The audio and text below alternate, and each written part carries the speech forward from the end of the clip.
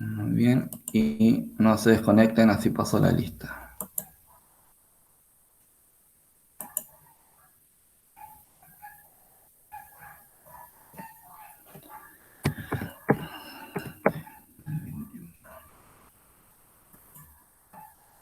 Muy bien.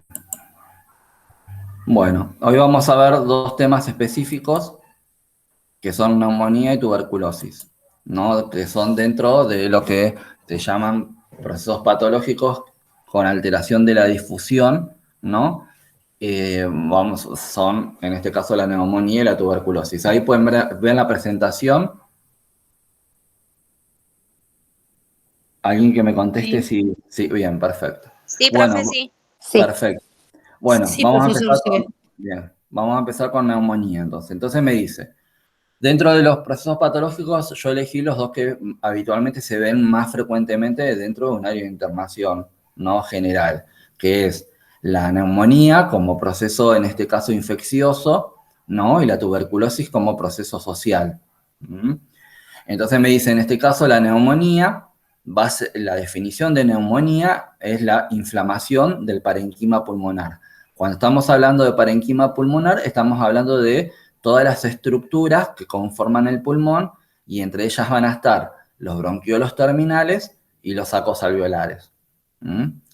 Recuerden de que habíamos visto habíamos hecho un repaso de la constitución del aparato respiratorio. Me decía, después de los alveolos terminales, ya venían los sacos alveolares, que estaban compuestos por los alveolos, por una serie cantidad de alveolos que podían ser entre 5 y 20 alveolos. Bien, y me dice, hay un proceso inflamatorio que se va a dar por la invasión, en este caso, de un agente, que puede ser, en este caso, algún microorganismo, o después vamos a ver algún otro tipo de agente que nosotros podemos llegar a inhalar, como por ejemplo, algún tipo de elemento tóxico, ¿no? Producto de nuestro trabajo. Bien, me dice, en este caso, la neumonía va a tener muchas clasificaciones, ¿no? Y las cuales vamos a ir viendo de una por una. Me dice, puede ser infecciosa y no infecciosa, ¿no? Ahí tenemos una clasificación. Entonces me dice, la infecciosa va a estar dado por la invasión de microorganismos, al árbol respiratorio en este caso. Como por ejemplo, virus, hongos, protozoos o bacterias, ¿no? Son todos microorganismos que por algún motivo tienen la posibilidad de ingresar al árbol respiratorio, se realiza un proceso inflamatorio previo y después se genera el proceso de infección, en este caso, de lo que sería este parenquima pulmonar. Y después tenemos las no infecciosas, ¿no? Que las no infecciosas mayormente están caracterizadas por elementos que nosotros podemos aspirar a través de nuestro árbol bronquial y que nos generen, en este caso, algún tipo de proceso también infeccioso, como por ejemplo una broncoaspiración. Una broncoaspiración puede ser, supongamos, que yo me tire a la pileta y me ahogue, y haya broncoaspirado agua de la pileta. Supongamos que sea un paciente que tenga una parálisis cerebral, y lo estoy nutriendo con alimentación enteral y no lo posiciono en forma adecuada, ¿no? Y ese alimento, el paciente tiene reflujo y ese alimento empieza a subir por el esófago y voy a tener microaspiraciones hacia la zona del el pulmón. O el paciente también con parálisis cerebral que no puede deglutir y no puede tragar su saliva, entonces su saliva empieza a filtrar hacia el área pulmonar. O supongamos un paciente que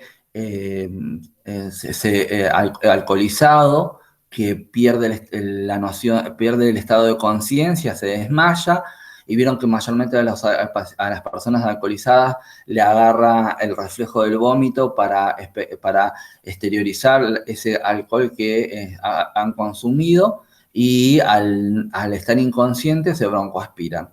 Todos estos procesos de broncoaspiración hacen de que yo desarrolle una neumonía que se va a denominar en este caso no infecciosa. Por eso me dice acá, ¿no?, que las no infecciosas incluyen la aspiración del contenido gástrico o la inhalación de gases irritantes o tóxicos. Pregunta, profesor, Sí, por el respirador, por sí. intubación, ¿puede producirse también una no infecciosa? Sí, por el tema Ese de, tema. en este caso, De la van a estar, humedificación que va yendo micropartículas y se sí, produce sí, se puede contaminar en este caso la oxigenoterapia que estamos haciendo humidificada, que vieron que sí, se dejó de utilizar en los respiradores el nebulizador, sí, ¿no? sí. Ahora están los filtros humidificadores, Tiene el ¿no? filtro, sí. Bien, Bueno, pero y también puede ser una no infecciosa porque está causada claro, por el respirador. claro, en este caso se van a estar clasificada dentro de las neumonías como una neumonía nosocomial asociada Ajá, a la ventilación a la mecánica. ventilación mecánica, gracias. Bien, no, por favor. Y me dice, supongamos, las inhalatorias pueden llegar a ser esto que decíamos. ¿Vieron cuando los piqueteros van y queman gomas en la esquina o en la ruta?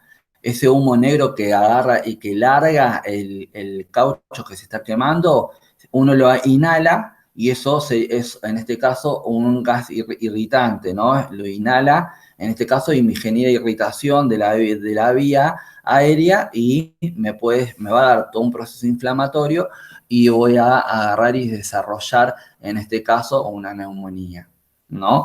O me dice sustancias tóxicas, como por ejemplo la inhalación, en este caso, de cianuro, ¿no? La inhalación de cianuro, acuérdense de que me daba en este caso lo que era una hipoxia tóxica, ¿no? Y porque me bloqueaba en este caso la difusión de los gases entre el alveolo y el capilar, pero a la vez también me genera un proceso inflamatorio en la cual yo voy a tener en este caso un factor en común en cualquiera de las neumonías, que va a ser el proceso inflamatorio, y ese proceso inflamatorio me va a liberar exudado, que el exudado es como agua que le va a liberar las células del tejido que está inflamado, y ese va a ser el agua que nosotros vamos a conocer que va a estar dentro de los pulmones, ¿no? Va a ser ese exudado, va a ser el que me va a ocupar el espacio en el alveolo y que no va a permitir, en este caso, de que haya, en este caso, intercambio de gases, que no haya intercambio de gases de oxígeno con el dióxido de carbono entre el alveolo y el capilar, porque se me forma como una barrera y ese líquido, ese exudado, me puede ocupar gran parte del alveolo, ¿no? Y al ocuparme gran parte del alveolo, ahora lo vamos a ver en una imagen, no me deja pasar, no me deja que haya intercambio de gases. Me dice, aparte de esta clasificación de infecciosa y no infecciosa, se puede clasificar también las neumonías, ¿no? Según el sitio en donde la adquirieron, ¿no? En neumonías de la comunidad, en neumonías nosocomiales o intrahospitalarias, nosotros las conocemos como intrahospitalarias, más que como nosocomiales, y las oportunistas, ¿no? En donde me dice, las de la comunidad van a ser aquellas neumonías en las cuales el paciente ya viene a la consulta médica con la neumonía, en este caso, desarrollada, que la adquirió estando en su casa, ¿no? Supongamos. ¿Cómo se puede desarrollar una neumonía en la comunidad? Una persona que tiene una infección de las vías aéreas superiores o es una persona fumadora. La persona fumadora mayormente le da bronquitis. La bronquitis es la inflamación, en este caso de la mucosa del bronquio, y también, como es un proceso inflamatorio, me va a dar exudado. Ese exudado mayormente el fumador lo puede expectorar y lo puede sacar en forma de secreciones, en forma de moco. Pero si nosotros tenemos un componente, en este caso bronquial, más coaxudado con el clima, ¿no? Voy a tener una mayor irritación y voy a tener una mayor cantidad de exudado y ese exudado me va a empezar a ocupar el alveolo. Entonces ahí se me va a transformar esa bronquitis en neumonía, ¿no? Bien, vieron que por ahí me decía, ¿y cómo se contagió o cómo se desarrolló la neumonía? Ah, por una bronquitis mal curada, dice. Bueno, es así, porque me dice, si yo no resuelvo la bronquitis, después se me puede transformar en una neumonía. Esos son las de la comunidad, las neumonías de la comunidad, ¿no? Que nosotros tenemos que tener en claro que el paciente desarrolló la neumonía en la casa y después viene a hacerse atender al hospital. Las intrahospitalarias o nosocomiales son aquellas que se van a desarrollar dentro del hospital. Supongamos, un paciente que tuvo un accidente de tránsito, tuvo un politraumatismo, ingresó al hospital y hubo que ventilarlo. Y como decía recién la compañera, por efecto de esa intubación endotraqueal y el uso de la asistencia respiratoria mecánica, se desarrolló la neumonía, que sería una neumonía que puede ser asociada a la ventilación mecánica o una neumonía asociada a la intubación endotraqueal o una neumonía asociada a la técnica de aspiración, porque no utilizamos la técnica estéril para aspirar al paciente. ¿Me entiende? Puede haber un montón de multiplicidades de causas, ¿no? En este caso, para que se desarrolle la neumonía dentro de la institución. Supongamos, vieron que ahora cuando veamos oxigenoterapia, que me dice, el circuito de oxigenoterapia que va con agua, en este caso nosotros tenemos que hacer el recambio del agua, del circuito, del vaso humidificador cada 24 horas, pero supongamos que no tengo 3 frascos para cambiar, uno por día. Uno que esté colocado en el set de humidificación, el otro que esté esterilizándose y el otro que tenga de reserva. Tengo uno solo, ¿qué hago? Me dice, mayormente, ¿qué hacen las enfermeras? Van y le siguen agregando agua a ese frasco que ya está con un reservorio de agua. Me dice, eso me dice, es un caldo de cultivo. ¿Por qué? Porque cualquier microorganismo que esté dando vuelta en el ambiente puede invadir el circuito de humidificación y va a tener un medio húmedo, un medio lleno de oxígeno y a temperatura ambiente. El medio ideal para un caldo de cultivo. Y me dice, yo voy a seguir humidificándole el oxígeno al paciente, pero cada vez que esa aurolización ingrese al árbol respiratorio del paciente va a estar entrando con bacterias, ¿no? Entonces voy a estar frente a una neumonía asociada al método de oxigenoterapia. Profesor, otra preguntita. ¿Vio que ahora las tubuladuras para los respiradores, entre medio de lo que vendría a ser la conexión al respirador y al paciente, están las grampas que Claro, están colectan agua? las trampas, Claro, sí. los filtros serían de agua. Esos se pueden desenroscar y vaciar para que el agua no se vaya para el tubo del paciente.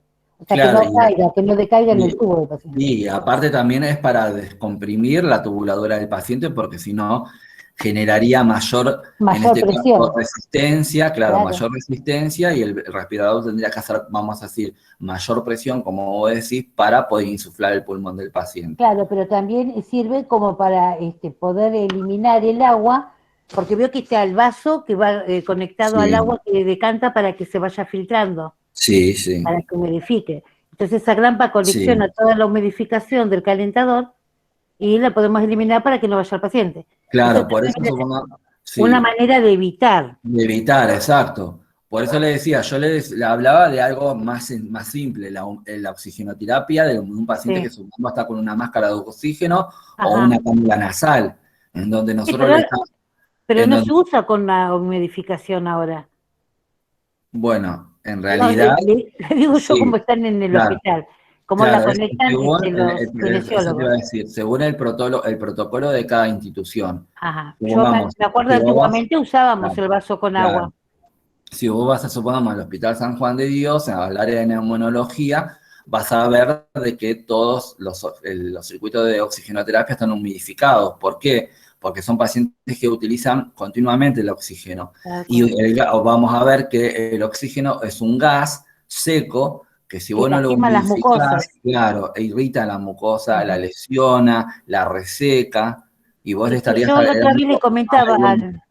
al kinesiólogo, que me Mm, acuerdo que antiguamente lo usábamos con el agua para la irritación. sí, Y él dice exacto. que no sabe por qué en el hospital de niños ahora tomaron la técnica de no utilizarlo. Porque Claro. lastima la nariz en realidad, por eso cuando está con Sí. la harina, le seca Sí. la mucosa.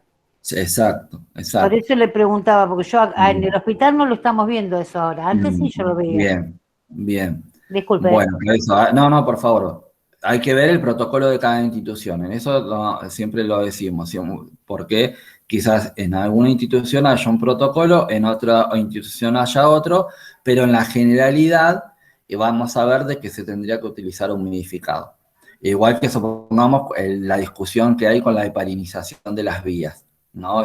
Hay exactamente todo un dilema con eso, igual que con la humidificación de la oxigenoterapia. Bueno, pero nosotros, por ejemplo, la de la heparina ya no lo usamos, directamente se usa para mantener la vía permeable el fisiológico. ¿Por qué? Por el problema de la plaquetopenia, ¿no? Que es por la heparina. Sí. Las hemorragias. Bueno, continuamos. Entonces decíamos, todos esos, me dice, todas esas prácticas me pueden llegar a ocasionar lo que sería una neumonía intrahospitalaria o nosocomial, ¿no? Tenemos que entender que cuando decimos dónde adquirió la neumonía, la adquirió dentro del hospital. El paciente vino bien, con su vía respiratoria, pero dentro del hospital, por alguna técnica que hayamos hecho, se generó el proceso de la neumonía.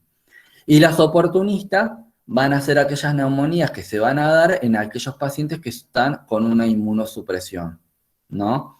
En este caso, supongamos un paciente que tenga un tratamiento con corticoides prolongado, un paciente que esté recibiendo quimioterapia porque tenga algún tipo de cáncer, un paciente con HIV en el cual esté con una inmunosupresión, ¿no? O a cualquier paciente que tenga comprometido por cualquier patología su sistema inmunitario. ¿Qué pasa? Va a haber microorganismos, ¿no? Que ahora lo estamos leyendo y lo vamos a leer. Me dice que son específicos para desarrollar una neumonía, en este caso oportunista. ¿Por qué? Porque esos microorganismos en una persona que tiene su sistema inmunológico estable, bien, ¿no? O sea, que no tiene ningún tipo de alteración, me dicen no le va a provocar ningún proceso patológico. Pero al tener su estado, en este caso inmunitario, alterado o deficiente, esos microorganismos me van a generar proceso patológico. Entonces me dice, y las oportunistas, me dice, las puedo adquirir o dentro de la institución o en la comunidad, en cualquiera de los dos lados, ¿no? Me dice, bueno, ¿cuáles son los gérmenes habituales que me desencadenan una neumonía en la comunidad? El Streptococcus pneumoniae, el Mycoplasma pneumoniae, el Haemophilus influenzae, el virus de la gripe, la Chlamydia pneumoniae y la Legionella pneumoniae. Son todos microorganismos que están en la flora bacteriana comunitaria, o sea, dentro de las diferentes casas, vamos a decir, o en los diferentes ambientes, en donde son comunes esa flora bacteriana. Ahora, dentro del hospital, vamos a tener otra flora bacteriana que es autóctona del hospital. Y en este caso, fíjense, tenemos el Staphylococcus aureus, la Pseudomonas aeruginosa, la Klebsiella y el Escherichia coli, ¿no? Fíjense que cuando nosotros tenemos un paciente que está con un aislamiento, en este caso de contacto o respiratorio, mayormente son estos microorganismos los que más se nombran, ¿no? Los que más nosotros conocemos dentro de la institución, ¿no? Bien. Y me dice, en el caso de las neumonías oportunistas, los gérmenes que se vuelven patógenos, en este caso, que están determinando que se desarrolla algún tipo de enfermedad como la neumonía, son la Pneumocystis carini, el Mycobacterium de la tuberculosis, el Cytomegalovirus, el Mycobacterias atípicas y los hongos, ¿no? Que son microorganismos que no me generarían a mí un proceso de enfermedad porque me dice mi sistema inmunitario los puede controlar, pero como tengo mi sistema inmunitario alterado o deficiente, me desarrolla la neumonía, ¿no? Y después tenemos otra clasificación, que es en dónde están ubicadas, ¿no? O sea, vimos las infecciosas y no infecciosas, el sitio de adquisición y ahora en dónde están ubicadas, ¿no? O qué parte del pulmón me está comprometiendo. Y tenemos las neumonías lobulares, las bronconeumonías, las neumonías intersticiales y las neumonías miliares.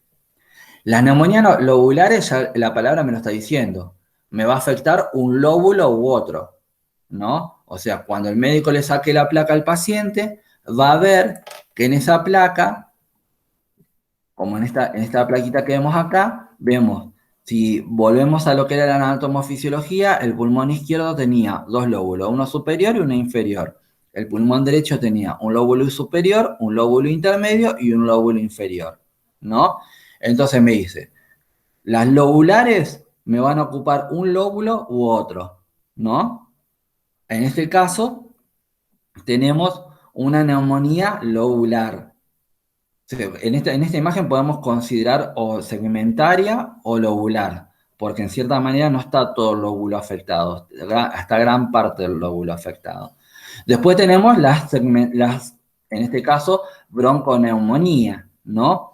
Que me dice, las bronconeumonía me van a estar, en este caso, afectando todas las zonas de declive. La zona de declive sería toda esta zona, en donde está el árbol bronquial, ¿no?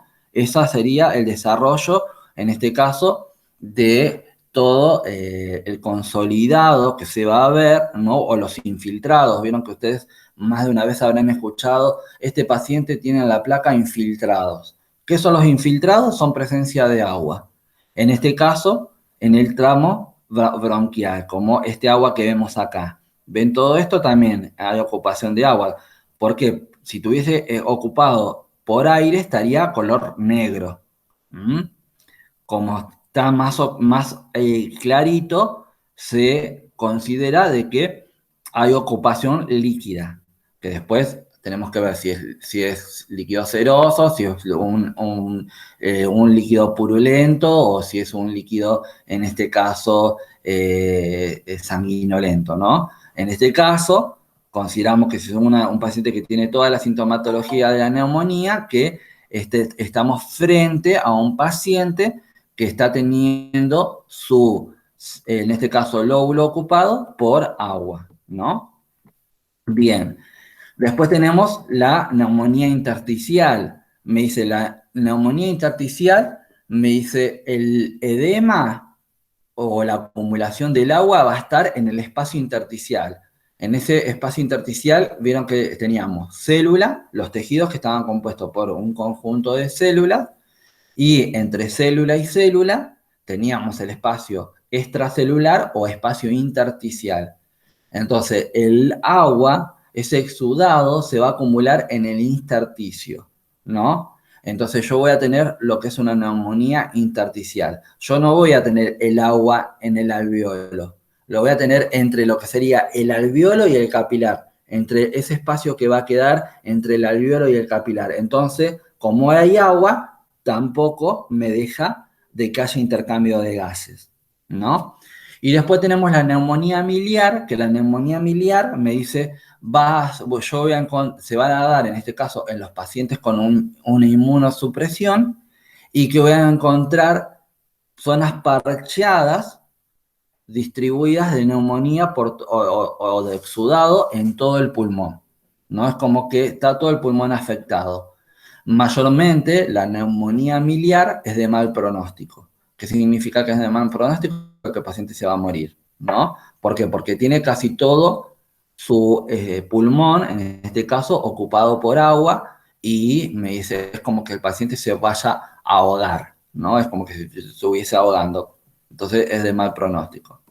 Bien, en esta imagen vemos, en este caso, la estructura del saco alveolar o de los alveolos, ¿no? Ven que tiene dentro de lo que sería el alveolo tenemos una superficie limpia, y en el caso de la neumonía vamos a tener exudado, ¿no? Ven que está más amarillento. El exudado, ¿no? Ese líquido, me va a ocupar gran parte de la pared del alveolo. Fíjense en estos alveolos que están la mitad con exudado y la mitad están limpios. Por esta zona limpia es por la única zona que se está generando el intercambio de gases. Me dice, por la zona donde está el exudado, no va a haber intercambio de gases. Entonces, por eso el paciente tiene mucha dificultad respiratoria, ¿no? Me dice, ¿por qué? Por la presencia de ese líquido que me está obstruyendo el intercambio de gases. Me dice, ahí el paciente va a entrar en tratamiento y hasta que no empieza a ceder y no se empieza a reabsorber ese líquido, no voy a tener una mejora en la gasometría arterial del paciente. Bueno, esta era la plaquita que vimos recién. Me dice, ¿cómo hacemos el diagnóstico de una neumonía? En primer lugar, la placa radiográfica como la que vimos recién, ¿no? Primer indicio. Hago la placa al paciente, la miro y veo que hay agua, que hay exudado o que hay infiltrados, ¿no? Bien, ya puedo hacer una inferencia que el paciente está con una neumonía. Vamos a agarrar, el diagnóstico también se hace con, en este caso, la recolección de una muestra de esputo, ¿no? Porque ustedes saben bien que la muestra de esputo nos sirve para, en este caso, analizar las secreciones para evidenciar si están colonizadas o no están colonizadas. Si están colonizadas es porque hay un microorganismo que está colonizándome el pulmón, ¿no? Y que me está generando el proceso infeccioso, ¿no? Entonces me dice, por eso es importantísimo hacerle una prueba de esputo al paciente. Vamos a hacerle el hemograma. ¿Por qué? ¿Qué vamos a obtener en el hemograma? ¿Qué vamos a mirar? Si aumentaron o no aumentaron los glóbulos blancos. Recuerden que el valor normal de los glóbulos blancos es de 5.000 a 10.000, ¿no? Me dice, si yo tengo un proceso infeccioso, ¿no? Voy a tener una leucocitosis, o sea, un incremento de los glóbulos blancos. Y me dice, voy a tener más de 10.000, ¿no? Si yo tengo más de 10.000 glóbulos blancos es porque hay una infección dentro del cuerpo. Yo después tendré que ver en dónde está la infección. Pero en este caso lo estamos diciendo que es una neumonía, ¿no? Entonces ya sabemos que es a nivel del pulmón. Después vamos a agarrar, se puede hacer serología para detectar anticuerpos, porque si es un virus seguramente vamos a tener algún tipo de anticuerpo contra ese virus, como es lo que está pasando actualmente con el COVID, ¿no? El COVID, ¿qué pasa? Invade, en este caso, el alveolo y inmediatamente se empieza a generar exudado y hay, en este caso, una neumonía muy característica como si fuese una neumonía miliar, ¿no? Y me dice, en este caso, el sistema inmunitario empieza a responder, empieza a reaccionar, se empieza a activar y empieza a generar anticuerpos, ¿no? Me dice, muchas veces, como en el primer contacto con el virus, no hay una cantidad suficiente de anticuerpos, entonces el sistema inmunológico no puede, en este caso, vamos a decir, hacer nada contra la invasión viral. Me dice, si en los contactos posteriores, cuando ya hay, en este caso, información en las células de los linfocitos T de la memoria, en el sistema inmunológico, hay información que ya tuve contacto con ese virus, por ahí el cuerpo puede reaccionar de mejor manera con ese virus. Entonces me dice, yo tengo que controlar, en este caso, hacer una serología para ver si tiene anticuerpos o no, para ver si me la ocasiona algún tipo de virus. Otro método diagnóstico es la saturometría de pulso. Yo voy a encontrar el paciente que está desaturando, ¿no? Bien, entonces voy a tener un paciente con una saturación de oxígeno menor al 95%. Recuerden que el valor normal de la saturometría de pulso es del 95 al 100%. Bien, voy a tener otro método para diagnosticar, me dice, es la gasometría arterial. En la gasometría arterial, recuerden que vamos a medir pH, PO2, PCO2 y bicarbonato. O sea, pH, presión de hidrogeniones, PO2, presión de oxígeno, PCO2, presión de dióxido de carbono, y el bicarbonato va a ser una sustancia amortiguadora que lo que hace es tratar de disminuir la cantidad de hidrogeniones que me está generando la acidez en el cuerpo. Entonces, en este caso, ¿qué voy a tener? Una acidosis respiratoria, ¿no? ¿Por qué? Porque al no producirse o al no poder producirse el intercambio de gases, se va a acumular el dióxido de carbono dentro de mi cuerpo. Entonces voy a tener un pH bajo, un pH menor a 7,35, voy a tener un incremento, en este caso, de la concentración de dióxido de carbono, o sea, voy a tener una PCO2 mayor a 45 milímetros de mercurio, voy a tener una PO2 baja, o sea, una presión de oxígeno baja, y puede ser que el bicarbonato también se modifique, ¿no? Y que tenga más bicarbonato de lo que tenga que tener. El bicarbonato se va a medir en miliequivalentes por litro y el valor normal del bicarbonato era de 22 a 28 miliequivalentes por litro. Entonces me dice, yo voy a tener una gasometría alterada, una gasometría arterial alterada, la cual me va a estar indicando de que el paciente está con una acidosis respiratoria. ¿Por qué? Porque le está faltando oxígeno, porque el oxígeno no llega a entrar a la sangre y no se puede distribuir y no puede llegar a la célula, ¿no? Otro método para hacer el diagnóstico de la neumonía es una fibrobroncoscopía, ¿no? En este caso como método más avanzado. Me dice, ¿cuál sería el tratamiento de la neumonía? Tenemos un tratamiento preventivo, que sería la vacunación neumocóxica y la vacunación antigripal, ¿no? Me dice, yo para evitar, en este caso, tener una infección de las vías respiratorias superiores y no poder controlarla, me dice, y que se me transforme en una neumonía, tengo que prevenirlo vacunándome con la vacuna antigripal, en este caso la de todos los años, más los adultos mayores o los niños, la neumocóxica. ¿Por qué? Porque tienen su sistema inmunológico alterado. El niño porque todavía no lo tiene maduro, vamos a decir, y el adulto mayor porque lo tiene debilitado por una cuestión de la edad cronológica, ¿no? Bien, me dice, y ahora supongamos que tenemos que darnos la vacuna contra el COVID para evitar de que no suceda todo esto. Bien, me dice, dentro del tratamiento vamos a tener la administración de antibiótico terapia en caso de que sea necesario y de broncodilatadores también en caso de que sea necesario. ¿Por qué decimos esto? Porque puede llegar a ser de que yo tenga el exudado, me esté bloqueando en este caso el intercambio de gases, pero que todavía no esté tan colonizado y no sea un proceso infeccioso, ¿no? Entonces no necesito antibióticos. Me dice, tengo que ver cómo evoluciona y ver, en este caso, si el esputo me da, en este caso, de que estaba colonizado y qué tipo de antibiótico debería utilizar.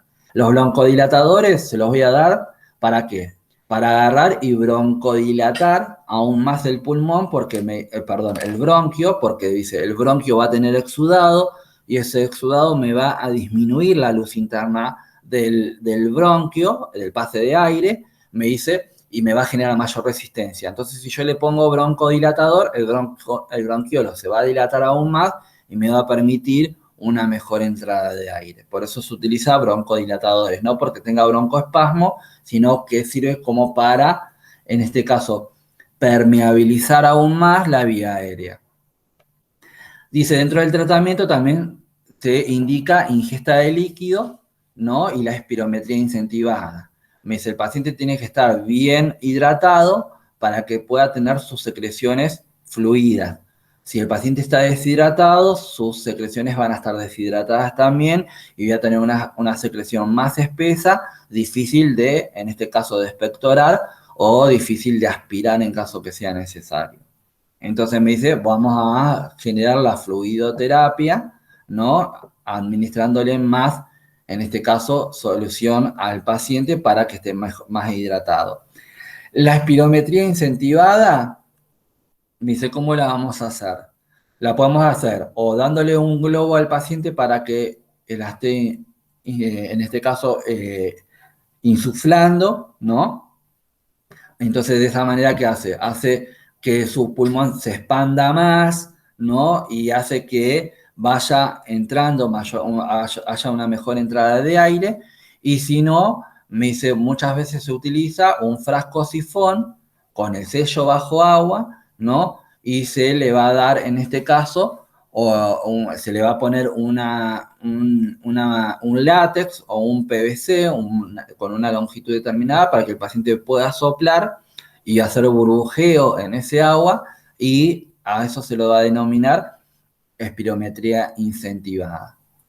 También me dice, dentro del tratamiento, en caso que el paciente tenga muchas secreciones y necesite la ayuda para expectorarlos, lo vamos a agarrar y vamos a aspirar las secreciones. En este caso, si tuviese secreciones traqueales o si tuviese una intubación endotraqueal, vamos a agarrar y generar lo que sería la aspiración endotraqueal. Dentro del tratamiento, como decimos que está teniendo déficit en el intercambio de oxígeno, vamos a administrar oxigenoterapia a a la FiO2, a la fracción inspirada de oxígeno que el médico en este caso nos indique, ya sea por intermedio de una cánula nasal, una máscara de oxígeno, una asistencia respiratoria mecánica, un método de CPAP o BiPAP, o el método que mejor se ajuste a la clínica del paciente. Y vamos a realizar fisioterapia torácica. Dentro de la fisioterapia torácica vamos a ver que están la masoterapia, en este caso, o las vibraciones, ¿no? Que vieron seguramente si trabajan en un servicio de alta complejidad, en donde hay presencia, como decía recién la compañera, de los kinesiólogos, van a ver de que en el momento de la inspiración, el kinesiólogo genera vibraciones, ¿no? O sacudidas del tórax del paciente para movilizar las secreciones y que sean de mejor, pues sea más fácil su aspiración. Entonces me dice, como enfermeros, ¿qué tenemos que hacer? Vamos a valorar el estado respiratorio del paciente. Van a estar incluidas los signos vitales, va a estar incluido la auscultación para auscultar el murmullo vesicular, o sea, para ver si los sonidos respiratorios son normales o son anormales. Vamos a hacer una saturametría de pulso y vamos a controlar el color de la piel. ¿Por qué dijimos controlamos el color de la piel? Porque vamos a denotar si el paciente tiene una cianosis periférica o no. Vamos a valorar la tos y el esputo que pueda tener el paciente. Vamos a monitorizar la gasometría arterial. Recuerden que nosotros, me dice, no solamente tenemos que saber de que el paciente se le sacó gases en sangre o por ahí nosotros haciendo una práctica que no nos corresponde le sacamos la sangre arterial del paciente y la mandamos al laboratorio, sino que tenemos que leer el informe e interpretarlo para poder ganar tiempo en el tratamiento del paciente o sugerir mediante el pensamiento crítico al médico de esto, decir, bueno, si vemos que el paciente sigue con acidosis respiratoria y tiene una fracción inspirada de oxígeno baja, podemos subirle un poco más la fracción inspirada de oxígeno para ver si modifica y mejora la dificultad respiratoria, ¿no? Por eso me dice, vamos a monitorizar la gasometría arterial. Vamos a posicionar al paciente en posición de Fowler o semi-Fowler. Me dice, siempre está más indicada la posición Fowler, o sea que el paciente esté sentado. Porque me dice, cuanto más sentado está el paciente, más va a bajar el diafragma y va a haber mejor expansión, en este caso, pulmonar, ¿no? Vamos a fomentar también los cambios posturales del paciente y la deambulación en el caso que se pueda, ¿no? Vamos a ayudarlo a toser, vamos a ayudarlo a enseñarle a que respire hondo y a utilizar algún dispositivo de ayuda, como por ejemplo en este caso la máscara de oxígeno o la cánula nasal, porque vieron que muchos pacientes por ahí tienden a sacárselo. Vamos a hacer el aporte de líquido correspondiente, en donde dice que el paciente debería de recibir entre 2,5 litros y 3 litros de agua para estar bien hidratado y poder mantener las secreciones fluidas. Vamos a administrar los fármacos, vamos a permitir al paciente que descanse. ¿Por qué? Porque va a ser un paciente que se nos puede agotar, ¿no? Y puede llegar a ser un paciente que tenga pocas horas de descanso por la dificultad respiratoria que tenga. Y me dice, y en ese momento que se durmió, yo lo voy a despertar para tomarle la temperatura o para tomarle la tensión arterial. No, es preferible, lo dejo durmiendo y cuando se despierte, lo controlo. Porque por ahí tienen periodos cortos de descanso el paciente. Entonces tengo que agarrar y se lo tengo que tratar de respetar. Vamos a valorar si el paciente nos refiere que tiene dolor pleurítico. El dolor pleurítico, recuerden que dijimos que era como una puñalada de cuchillo. Me dice, vamos a tranquilizar al paciente cuando tenga dificultad respiratoria y le vamos a enseñar de que el paciente debe respirar más lentamente, más profundo, ¿no? Como para que vaya modificando la mecánica ventilatoria. Dice, vamos a enseñarle a respirar lentamente con el abdomen, vamos a enseñarle técnicas de relajación, vamos a valorar la intolerancia a la actividad que tenga el paciente. Esto de que me dice, bueno, a ver, ¿el paciente puede deambular y se cansa o no se cansa? ¿Se mueve en la cama, se cansa o no se cansa? ¿No? Esto que me dice, por eso me dice, vamos a valorar la intolerancia a la actividad. Vamos a ayudar al paciente con todas las actividades de autocuidado, esto de comer, beber, en este caso, cambiarse, higienizarse, bañarse, ¿no? Bien. Me dice, y vamos a ver si el paciente está acompañado por algún familiar, vamos a comprometer al familiar para que colabore, ¿no? En este caso, en el tratamiento, para que el paciente esté acompañado y reducir el nivel de estrés y el nivel de ansiedad que pueda llegar a tener el paciente. Bien, hasta ahí de la neumonía.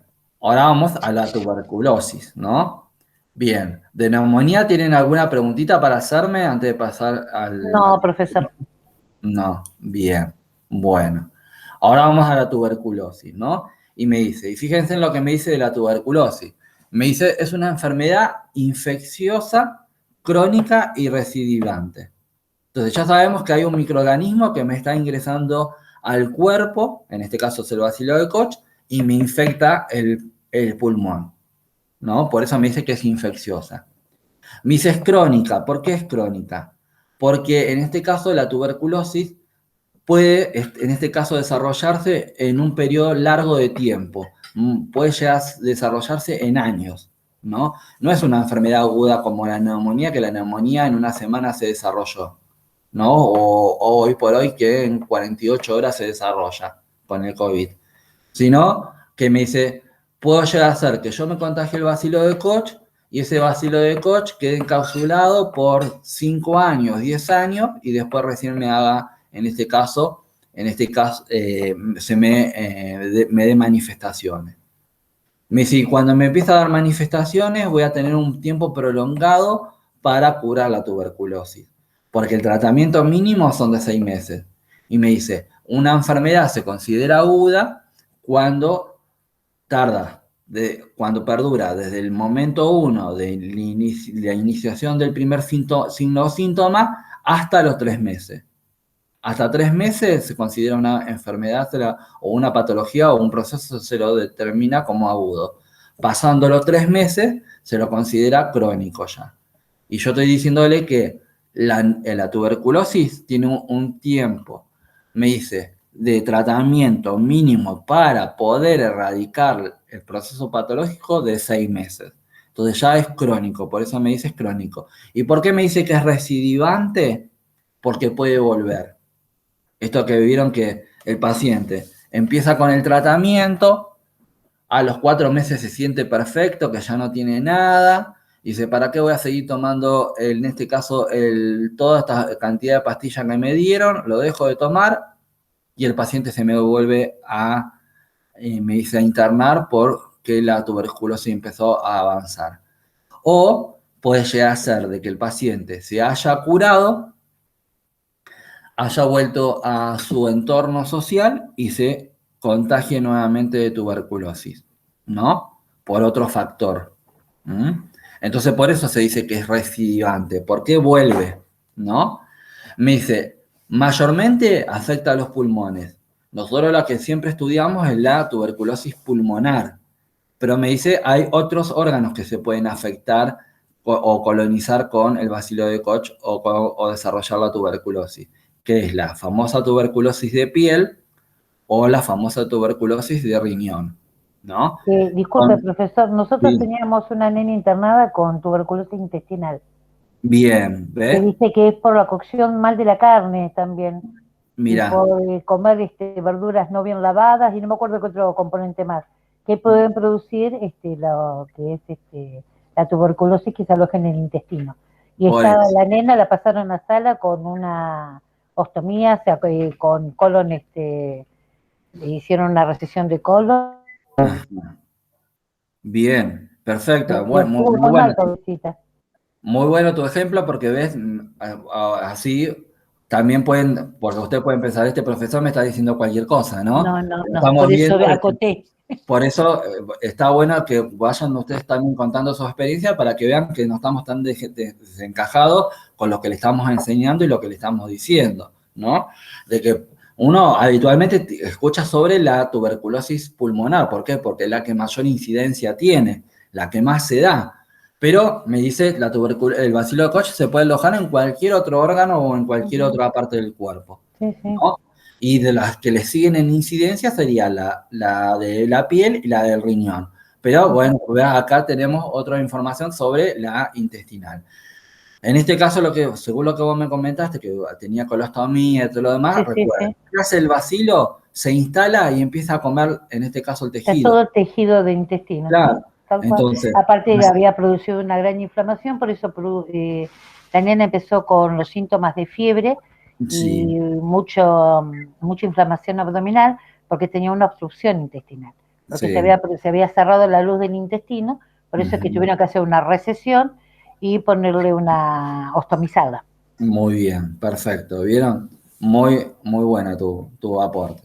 Bien, y entonces me dice, ¿qué hace el bacilo de Koch? Se instala y cuando se activa, porque no se activa rápidamente, cuando se activa, empieza a generar lesión en el tejido. Supongamos, a nivel pulmonar, genera lo que conocemos como las cavernas pulmonares, ¿no? Bien, y entonces me dice, en este caso, la micobacteria de la tuberculosis es un germen de forma de bastón delgado, como un bastoncito fino, ¿no? Que tiene crecimiento lento, y me dice es ácido alcohol resistente. O sea que me está diciendo de que los antibióticos no le generan nada al bacilo. En este caso, por eso se le da tuberculostáticos, ¿no? Eso es algo que también ustedes tienen que ver la diferencia. Una bacteria se le da antibióticos, a un virus se le da antivirales y a un tubérculo, en este caso como este tipo de germen que de la tuberculosis, se le da tuberculostáticos, ¿no? Que son fármacos diferentes, de acciones diferentes. Me dice, ¿cómo se transmite la tuberculosis? Y esto es similar al COVID, a lo que estamos viendo hoy con el COVID. Me dice, al toser, al estornudar, al hablar, al cantar. ¿Por qué? Porque según la cantidad de microorganismos de la tuberculosis que nosotros tengamos que nos están infectando, nosotros los vamos a expulsar en las gotitas de flush. Las gotitas de flush son estas gotitas que nosotros liberamos, como decía, al hablar, al toser, o al estornudar o al cantar. Y cuanto más lejos, cuanto más fuerza usamos o cuanto más fuerte hablemos, más distancia van a recorrer y más posibilidad de infectarse va a haber, ¿no? Me dice, el bacilo de Koch puede estar suspendido en el aire por varias horas, ¿no? Y me dice, cuando ingresa una persona a ese ambiente que está contaminado por el bacilo de Koch, me dice, al inhalar, para hacer su proceso respiratorio normal, está agarrando y está inhalando el bacilo de Koch y se está contagiando. Bien, me dice, ¿cuáles son los factores de riesgo que tiene que tener una persona para poder desarrollar la tuberculosis? Me dice, muchas veces está condicionado por las características propias de la persona infectada. Me dice, no todos los pacientes tienen el mismo factor de riesgo, ¿no? Me dice, otra característica es la intensidad de la contaminación del aire. Por eso ustedes van a ver de que el paciente con, en este caso, una infección por tuberculosis, si bien tiene que tener, en este caso, el aislamiento respiratorio, ¿no? Me dice, tiene que tener una buena ventilación dentro de su hábitat, ¿no? Ustedes van a ver, supongamos, los antiguos hospitales como el San Juan de Dios que trataban tuberculosis, las habitaciones tenían grandes ventanales. ¿Para qué? Para hacer de que haya una buena ventilación y que no se concentre el bacilo dentro del ambiente, ¿no?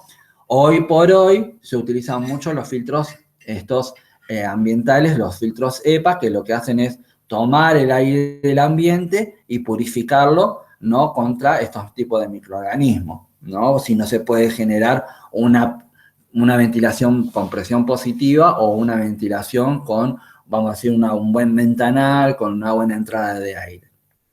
Bien, entonces me dice, cuanto más concentrado esté el aire con el bacilo de Koch, más posibilidad y más factor de riesgo para contagiarme la tuberculosis va a ser. Me dice, el tiempo de duración a la exposición es otro factor de riesgo. Vieron que ¿qué nos aconsejan cuando tenemos un paciente con en este caso una tuberculosis y un aislamiento respiratorio? Yo tengo que entrar a la habitación al paciente y hacerle todo de una vez. No estar entrando múltiples veces y estar tardando mucho en estar dentro de la habitación, por más protección que tengamos, Porque me dice, cuanto más expuestos estamos, más tenemos posibilidad de contagiarnos. Y la susceptibilidad del huésped. Cuando habla de la susceptibilidad del huésped, habla de que supongamos yo, como posible persona que me pueda infectar, tengo que tener mi sistema inmunológico, me dice, fortalecido. Si yo tengo mi sistema inmunológico deteriorado o insuficiente, cuando entro a la habitación o al ambiente que está contaminado con el bacilo de Koch, tengo mucha más probabilidad o posibilidad de contagiarme. ¿Qué pasa con las enfermeras que se contagian? Porque ustedes deben saber bien de que hay enfermeras que se contagian de la tuberculosis. Y se contagian simplemente porque no utilizaron el barbijo de triple protección para generar el aislamiento respiratorio. No, porque puede llegar a ser de que tengan algún factor de riesgo, como por ejemplo, ¿cuál? El nivel de estrés. Nosotros como enfermeros, ¿qué hacemos? Trabajamos en más de un trabajo, no descansamos bien, estamos mal alimentados, estamos estresados, y todo eso impacta sobre el sistema inmunitario. Entonces, cuanto más de estos factores tenga, más mi sistema inmunológico va a estar alterado y más riesgo voy a tener de contagiarme a algún proceso patológico como por ejemplo la tuberculosis. ¿Me entienden? Entonces, por eso habla de la susceptibilidad del huésped. Bien, entonces me dice, otro factor de riesgo va a ser la cantidad de gérmenes que haya dentro de las secreciones del paciente y la frecuencia y la fuerza con que tose el paciente. Cuanto más tosa el paciente, más bacilo de Koch va a estar eliminando. Cuanto más fuerte tosa, más lejos va a estar eliminando el bacilo de Koch. Y todos esos son factores de riesgo. Después, otro factor de riesgo es esto de la conducta o la inconducta, vamos a decir, de no taparse la boca, en este caso, cuando va a toser, ¿no? Vieron que muchas veces tosen y no se tapan la boca ni nada por el estilo. Entonces, me dice, bueno, eso hace de que el bacilo de Koch salga y se disemine en el ambiente. ¿Qué está aconsejado? Bueno, voy a toser y me tapo con el brazo, en donde el bacilo o las secreciones van a quedar, en este caso, alojadas en la ropa. Pero es preferible eso y no estar diseminando todos mis virus, ¿no? O mis bacterias, en este caso, en el ambiente. Me dice, y después tenemos que tener en cuenta que otro factor de riesgo es tener el sistema inmunológico, en este caso, alterado o disminuido, y muchas veces, ¿quiénes son las personas que tienen su sistema inmunológico disminuido o alterado o ineficiente? Me dice las personas con un bajo nivel socioeconómico. Yo creo de que igual de todas maneras son los que están más expuestos, pero no significa de que por ser, vamos a decir, pobre, ¿no? O no tener tener un déficit del nivel socioeconómico, me dice, no sea diferencial a una persona que tiene plata. Porque me dice, si yo por más plata que tenga y entro a un ambiente donde está colonizado o está impregnado con bacilo de Koch, me voy a contagiar igual. Pero puede ser, profesor, también por la mala alimentación, que al tener una mala alimentación tengo un buen sistema inmune. Exacto, a eso iba. El tema está dado por el tema de la alimentación, porque me dice, si yo no tengo buenos recursos económicos, no me puedo alimentar en forma adecuada. Entonces, al no alimentarme en forma adecuada, yo puedo estar bien de peso o puedo tener un sobrepeso, como cuando vimos los trastornos de la alimentación, pero estoy malnutrido. Tal cual. ¿No? Entonces me dice, al estar malnutrido, tengo un sistema inmunológico que está alterado. Me dice, otro factor de riesgo es ser adicto endovenoso. ¿Por qué? Porque me dice, voy a agarrar y tengo mucha posibilidad de agarrar y compartir la jeringa y la aguja para drogarme, y no solamente están en riesgo, me dice, el contagio de enfermedades como el HIV y el hepatitis, sino también me puedo contagiar la tuberculosis. También dice, otro factor de riesgo son las personas sin techo, ¿no? Los pacientes alcohólicos y los pacientes con HIV, en este caso los pacientes con HIV, porque si no tienen un buen tratamiento y no tienen su sistema inmunológico intacto por el tratamiento, me dice, puede llegar a estar susceptibles y contagiarse, en este caso de la tuberculosis. Bien, en este esquema vemos que el bacilo de Koch va a estar en el ambiente, el paciente va a inspirar, lo va a incorporar, el bacilo de Koch va a venir en el aire ambiental, se va a quedar dentro del árbol bronquial, inmediatamente el sistema inmunológico va a interactuar y va a formar una cápsula alrededor del bacilo de Koch, lo que se va a llamar tubérculo. Me dice, ese tubérculo puede estar inactivo durante 10 años, si queremos. Me dice, entonces, ¿por qué? Porque yo tengo mi sistema inmunológico bien, lo tengo estable, lo tengo fuerte. Ahora, yo empecé a dormir mal, a descansar mal, a mal alimentarme o a tener alguna patología que me está alterando, en este caso mi sistema inmunológico, ahí aprovecha el bacilo de Koch, dice, rompe el tubérculo, se escapa y empieza a colonizar todo el tejido y empieza a generar el daño, ¿no? Y ahí es cuando empezamos a tener sintomatología. Por eso no se sabe exactamente cuándo y en dónde se pudo contagiar una persona, a no ser de que haya otra persona en su entorno que tenga tuberculosis, ¿me entienden? Porque vos la tuberculosis te la puedes contagiar en la escuela, en el colectivo, en el tren, en la cola del banco, en cualquier otro lugar, ¿no? Bien. Bueno, en esta imagen, en esta plaquita, vemos que el bacilo de Koch está, en este caso, alojado en el lóbulo superior del pulmón y me está generando, en este caso, todas las cavernas, o sea, me está comiendo el tejido, y ahí es cuando empiezan todos los problemas respiratorios. ¿Por qué? Porque me dice, yo estoy perdiendo superficie de intercambio de gases, ¿no? ¿Por qué? Porque me dice, se me van generando lesiones, que le vamos a llamar caverna, y ahí ya no va a haber intercambio de gases. Bien, esto es una imagen de una tuberculosis miliar que me dice que va a estar también diseminada en todo el cuerpo. Bien, en esta imagen vemos que tiene colonizado, en este caso, lóbulo superior y lóbulo inferior, ¿no? Y que generó daño en ambos lóbulos. En esta imagen vemos el proceso inflamatorio, ¿no? Y los infiltrados, eso que llamamos que hay un proceso inflamatorio, porque cuando el bacilo se libera, ¿no? Y empieza a generar daño en el pulmón, en este caso en el tejido, ese tejido genera un proceso inflamatorio previo y después empieza a generar exudado. Y va a ser todo el infiltrado que vemos acá. Me dice, ¿cuál es el tratamiento? El tratamiento farmacológico es muy cruento. ¿Por qué? Porque me dice, el paciente tiene que tomar muchísima medicación durante mucho tiempo.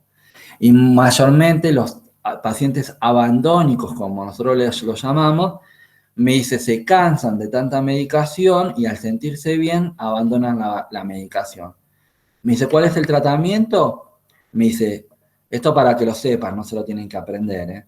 La isoniazida, que sería 300 miligramos por día entre un periodo de 6 a 12 meses. Me dice, la isoniazida me previene la tuberculosis activa.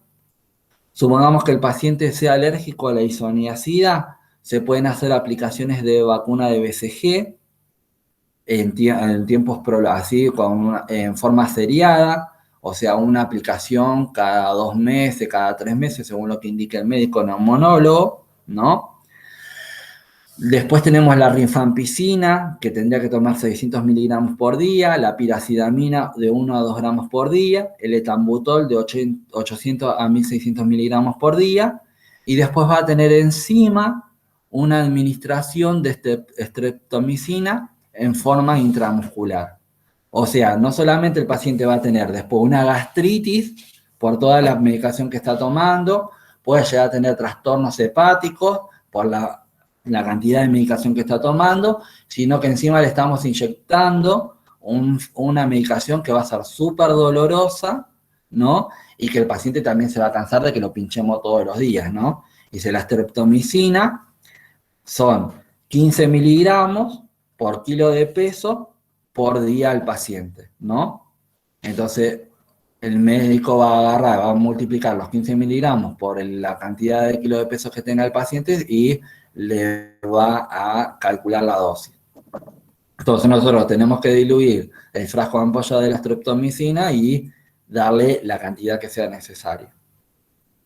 Bien, me dice, si el bacilo de Koch me genera caverna, me está lesionando en este caso el tejido, me dice, ese tejido yo lo tengo que sacar, se tiene que extirpar el tejido. ¿Por qué? Porque me dice, es una parte del pulmón que me está trayendo consecuencias y que no me sirve para nada. Entonces el médico neumonólogo solicita una cirugía, ¿no? Me dice, ¿qué tipo de cirugía se le pueden realizar? Me dice, la lobectomía, que la lobectomía va a ser la extirpación total del pulmón, cuando ya está colonizado todo el pulmón y que está, en este caso, diseminadas por todo el pulmón, en este caso todas las cavernas, y ya no tengo vuelta atrás para recuperar ese pulmón, se va a hacer una lobectomía. Perdón, la lobectomía es del lóbulo, me equivoqué. La lobectomía es cuando vieron como la plaquita que vimos anteriormente, que en este caso tiene un lóbulo afectado. Bueno, lóbulo. Si se extirpa, es el lóbulo, ¿no? Lóbulo completo sería. Sí, el lóbulo completo se va a extirpar, ¿no? Y me va a quedar el pulmón con un solo lóbulo o con dos lóbulos en el caso del pulmón derecho. La neumectomía es cuando se extirpa todo el pulmón completo, ¿no? Porque está todo el pulmón diseminado con, en este caso, caverna. Después se puede realizar una segmentomía también, que sería sacar un segmento del lóbulo, o sea, una partecita del lóbulo, ¿no? Entonces yo puedo sacar parte del lóbulo, todo el lóbulo o todo el pulmón completo. Tenemos una segmentomía, una lobectomía o tenemos una neumectomía. Y después tenemos lo que se llama recesión en cuña, que la recesión en cuña es sacar un pedacito de tejido para hacer una biopsia, ¿no? A fines de biopsia, para biopsiar ese pulmón, para ver si hay cambio en la estructura y todo lo demás. Esos son los diferentes tipos de cirugías que se pueden realizar, en este caso, en el paciente con tuberculosis. En esta imagen, que yo la conseguí también por internet, está, a mi criterio, está mal, en este caso, nomenclada. La recesión de cuña, claro, ¿no? La recesión en cuña, porque sería segmentomía. Porque la recesión de cuña sería una extirpación mínima para una biopsia, nada más. Claro, es un pedacito chiquitito, minúsculo de tejido, ¿no? En cambio acá... Ese sería un segmento, una parte de un segmento. Exacto, sería un segmento. Para mí sería una segmentomía, no sería una recesión en Tal cuña. cual, sí, sí. Este sí sería una lobectomía, porque ven que acá se estirpó el lóbulo superior. El lóbulo directamente superior. Y este sería una neumectomía, porque se estirpó todo el pulmón. Me dice, en este caso, cuando se realice este tipo de procedimiento, como se rompió, en este caso con la herida quirúrgica que se realizó para llegar a hacer este tipo de tratamiento, la pleura, yo voy a tener por consecuencia, una neumonía, perdón, un neumotórax y un hemotórax, a causa de la cirugía. Y voy a tener que drenarlo mediante un drenaje pleural. Recuerden, el drenaje pleural, ¿no? Va a estar, en este caso, me va a estar drenando o aire o líquidos. Los líquidos pueden ser, en este caso, sangre, pueden ser exudado, pueden ser pus en el caso de un empiema, ¿no? Bien. Esa tubuladura de drenaje que se le va a colocar en el tórax del paciente va a venir a un frasco sifón que, recuerden, siempre tiene que tener el sello bajo agua. De 200 mililitros será. Claro, exacto. Me dice, yo voy a tener el frasco sifón que va a tener dos columnas, una cortita y una larga. Esa columna larga es en la cual yo voy a conectar, en este caso, la tubuladura del drenaje que viene del paciente. Pero tengo que tener la precaución que tenga el sello bajo agua, porque si no tiene el sello bajo agua, ¿qué hace? El aire que está dentro del frasco sifón o del ambiente no saldría. Va a ingresar al pulmón, la pleura. ¿Por qué? Porque la pleura tiene presión negativa, ¿Se acuerdan el que frasco sería la presión positiva, ¿no? en realidad, cuando el pulmón se expande, Sí. me empujaría el aire hacia afuera y por eso yo voy a ver el burbujeo. Pero en este caso, cuando deja de expandirse, en este caso la pleura va a tener presión negativa y lo que haría es chuparía aire para vamos a decir, hacia la zona pleural. Claro, ¿Cómo pero lo por eso el evito? frasco tiene presión positiva, que es en No, el contra frasco de la presión negativa, tiene presión atmosférica. atmosférica. Ah, perfecto. Claro, tiene presión Perfecto. atmosférica, Está no bien, presión perfecto. positiva. Porque si no, Gracias, la presión gracias. positiva haría de que yo estaría generando Que suba una el agua, ¿no? presión para subir el agua o para subir el aire. Perfecto, así lo Me anoto. dice, el agua está para evitar de que entre aire nuevamente a la cavidad pleural por la presión negativa que tiene la pleura. Entonces, me dice, acá yo como enfermero tengo varios cuidados con el frasco sifón. Me dices, no solamente lo tengo que rotular de la fecha de cuando lo cambié, ¿no? Y tengo que generarle un sistema de medición para marcar el nivel del agua o el nivel del débito, ¿no? Sino tengo que tener en cuenta de que tenga el sello de agua. ¿Y que tengo que evitar también? Que se me caiga o se me lateralice el frasco sifón, porque ahí es cuando corro riesgo de que se salga en este caso el sello de agua y que ingrese en este caso aire a la cavidad pleural. Me dice, mayormente, ¿cómo me doy cuenta? Supongamos que no tenga este frasco que va a ser el de la aspiración continua. Me dice, yo tengo, en este caso, que el paciente tiene una neumotora y está eliminando aire de la pleura. ¿Cómo me voy a dar cuenta? Porque va a burbujear acá. Voy a ver que en la zona del agua, cada vez que el paciente inspire, voy a ver de que burbujea. Me dice, si supongamos que el débito sea sangre, yo me voy a dar cuenta que está debitando, ¿por qué? Porque se va a ir subiendo el nivel de agua y voy a ver que hay sangre acumulada acá. Pero supongamos ya salió toda la sangre, ¿y cómo sé que no se taponó con un coágulo en la tubuladura? ¿Qué es lo que tengo que observar?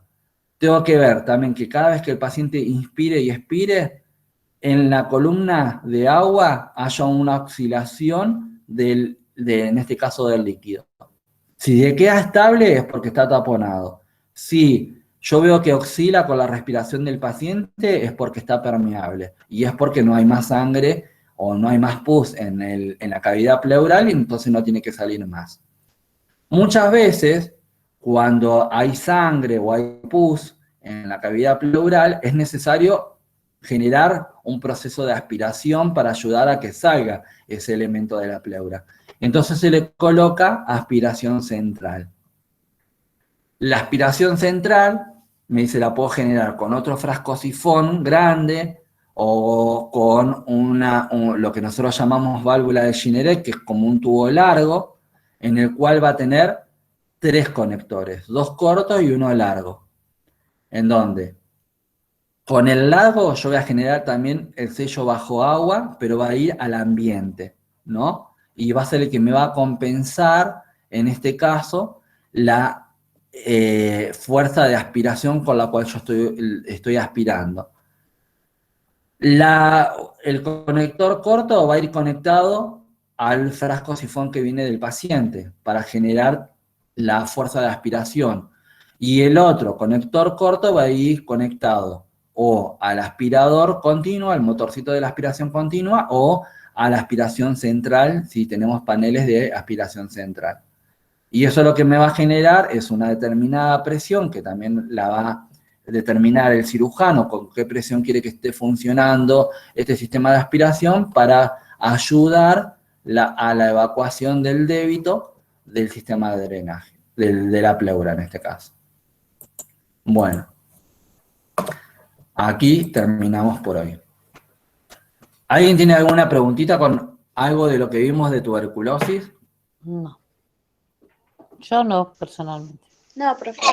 No, profe, gracias. Bien. No, Bueno, profe. espero de que le haya servido la clase, espero que hayan entendido. Yo igual después se las voy a subir, esta que no me olvidé de grabarla, está grabando todavía, se las voy a subir una vez que esté procesado el video. Y bueno, nada, es cuestión de leer. ¿Mm? Perfecto. Así que bueno, nada. Bueno, muchas gracias. No, por favor, chicos, entonces no los retengo más.